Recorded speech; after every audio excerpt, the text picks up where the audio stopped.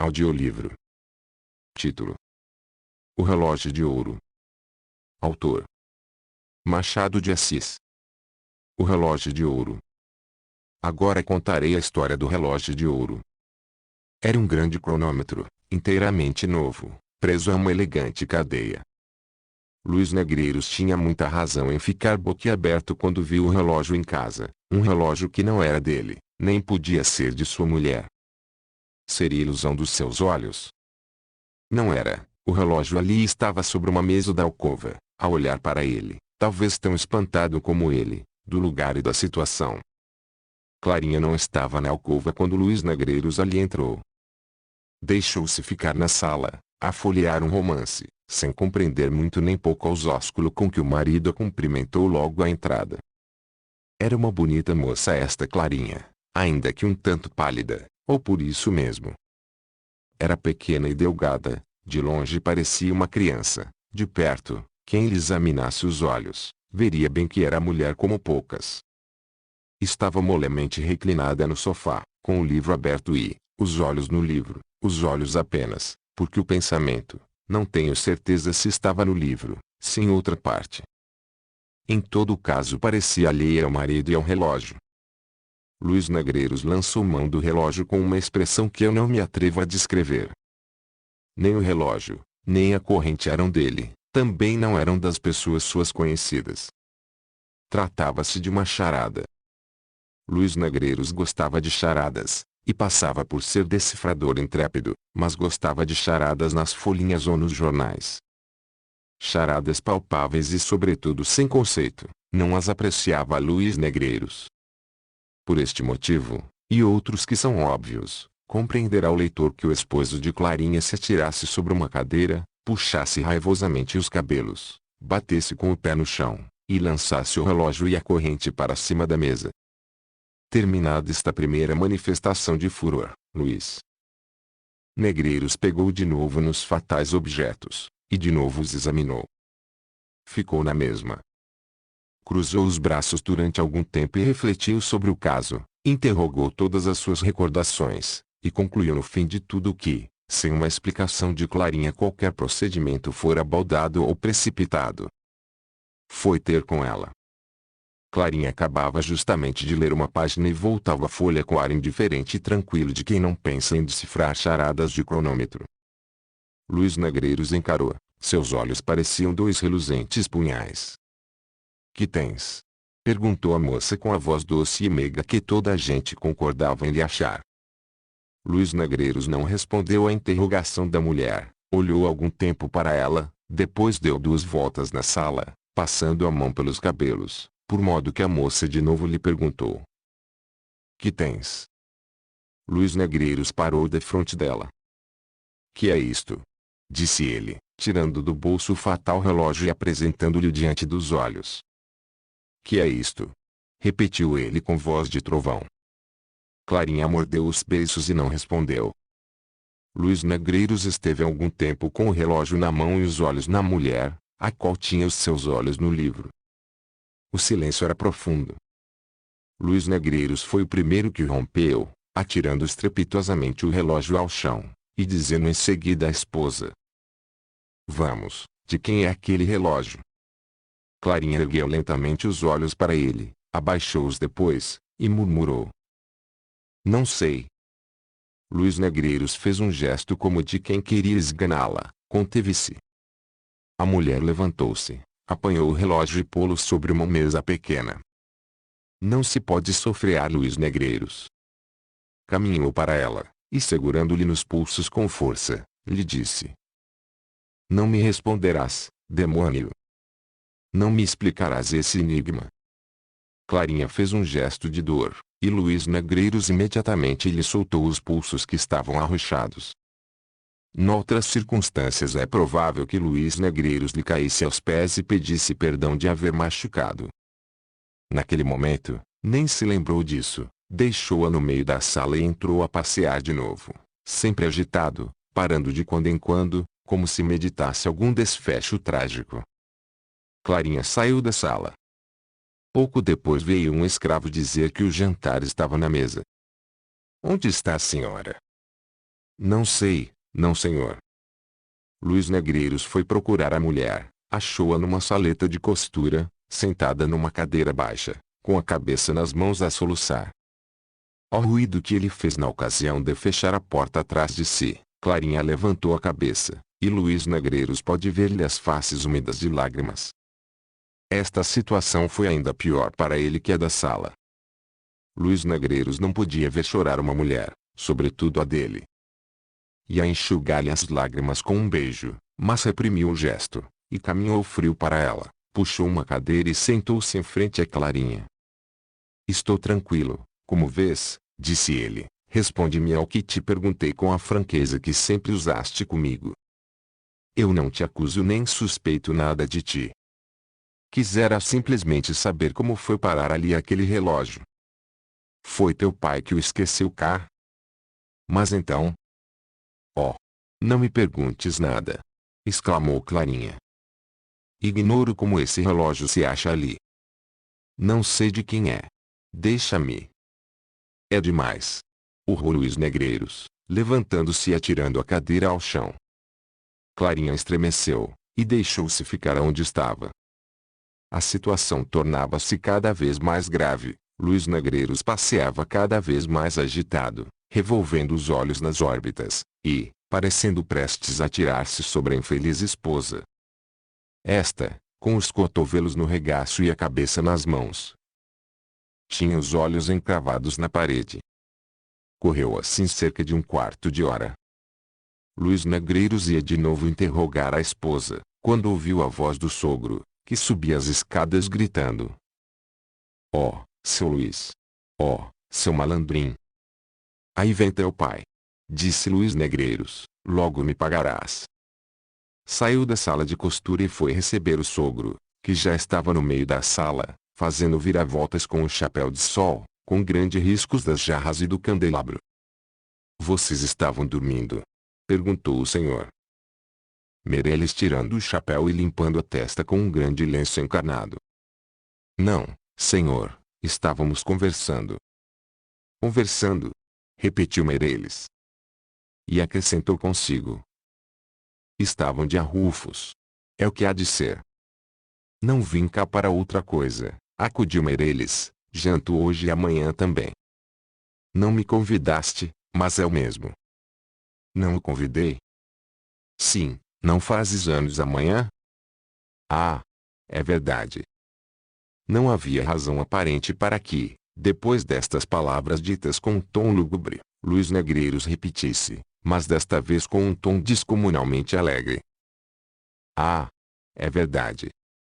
Meirelles, que já por o chapéu num cabide do corredor, voltou-se para o genro, em cujo rosto leu a mais franca, súbita e inexplicável alegria. Está maluco? Disse baixinho Meirelles. Vamos jantar, bradou o genro, indo logo para dentro, enquanto Meirelles, seguindo pelo corredor, ia ter a sala de jantar.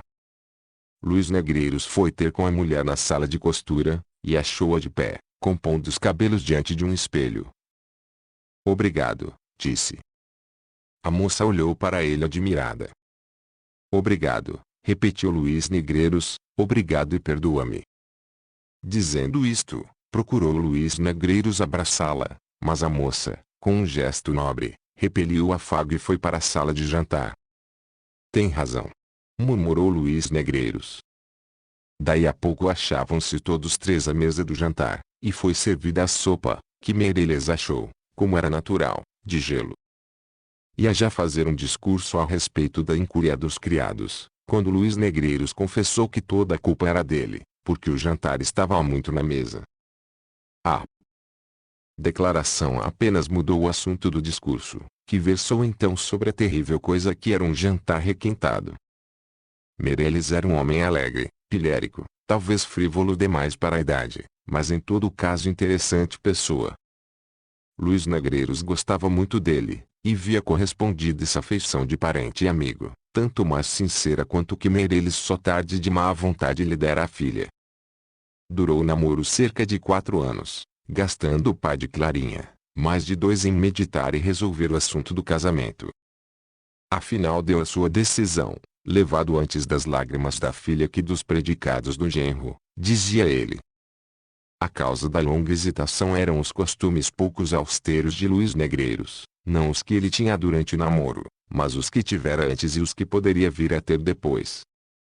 Meirelles confessava ingenuamente que fora marido pouco exemplar, e achava que por isso, mesmo devia dar à filha melhor esposo do que ele.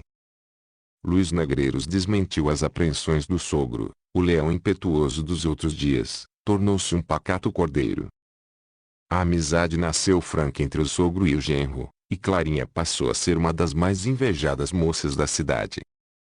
E era tanto maior o mérito de Luís Negreiros quanto que não lhe faltavam tentações. O diabo metia-se às vezes na pele de um amigo e ia convidá-lo a uma recordação dos antigos tempos. Mas Luís Negreiros dizia que se recolhera a bom porto e não queria arriscar-se outra vez às tormentas do alto mar. Clarinha amava ternamente o marido e era a mais dócil e afável criatura que por aqueles tempos respirava o ar fluminense. Nunca entre ambos se dera o menor arrufo, a limpidez do céu conjugal era sempre a mesma e parecia vir a ser duradoura. Que mau destino lhe soprou ali a primeira nuvem. Durante o jantar Clarinha não disse palavra, ou poucas dissera, ainda assim as mais breves em tom seco. Estão de arrufo, não há dúvida, pensou Meirelles ao ver a pertinaz mudez da filha. O arrufada é só ela, porque ele pareceu-me lépido. Luís Negreiros efetivamente desfazia-se todo em agrados, mimos e cortesias com a mulher, que nem sequer olhava em cheio para ele.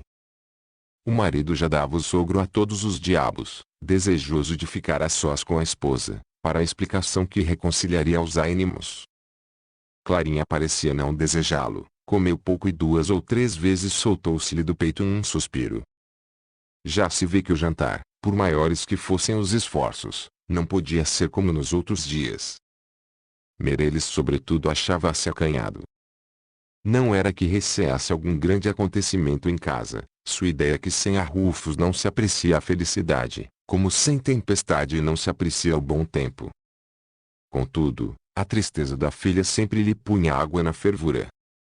Quando veio o café, Meirelles propôs que fossem todos 3 ao teatro. Luís Negreiros aceitou a ideia com entusiasmo. Clarinha recusou secamente. Não te entendo hoje, Clarinha, disse o pai com um modo impaciente.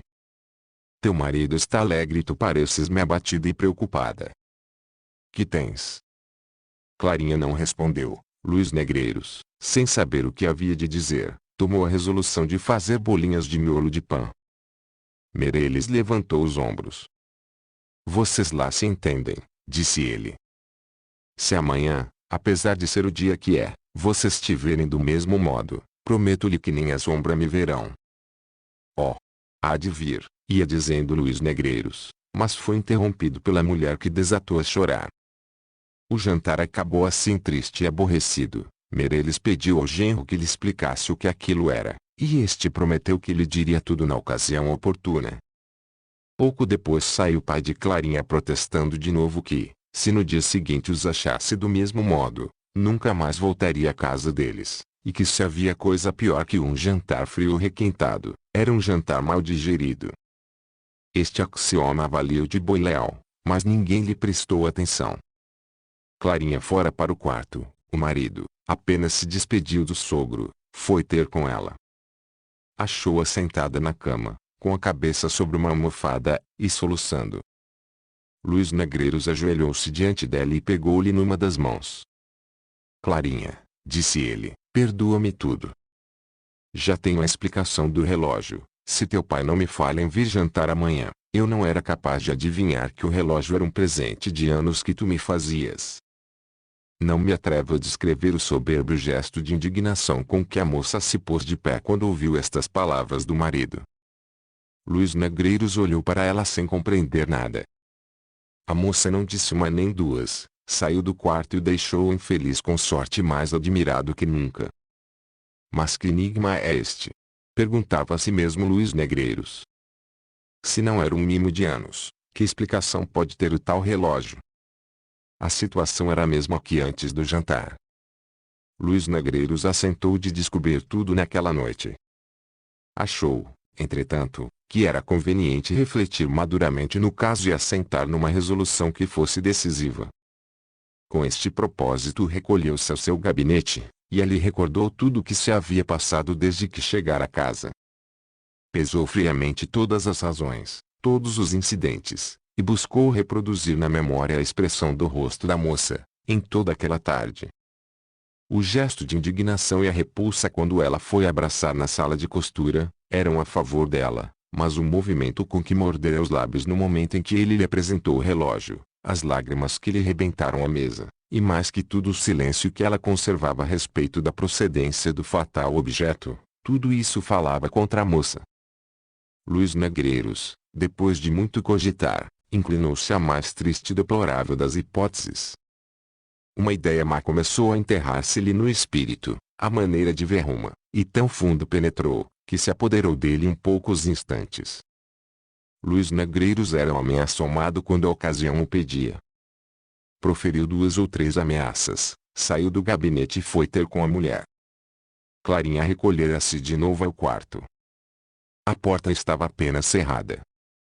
Eram 9 horas da noite.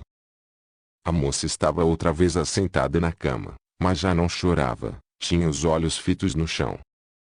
Nem os levantou quando sentiu entrar o marido. Houve um momento de silêncio. Luís Negreiros foi o primeiro que falou. Clarinha, disse ele, este momento é solene. Respondes-me ao que te pergunto desde esta tarde. A moça não respondeu.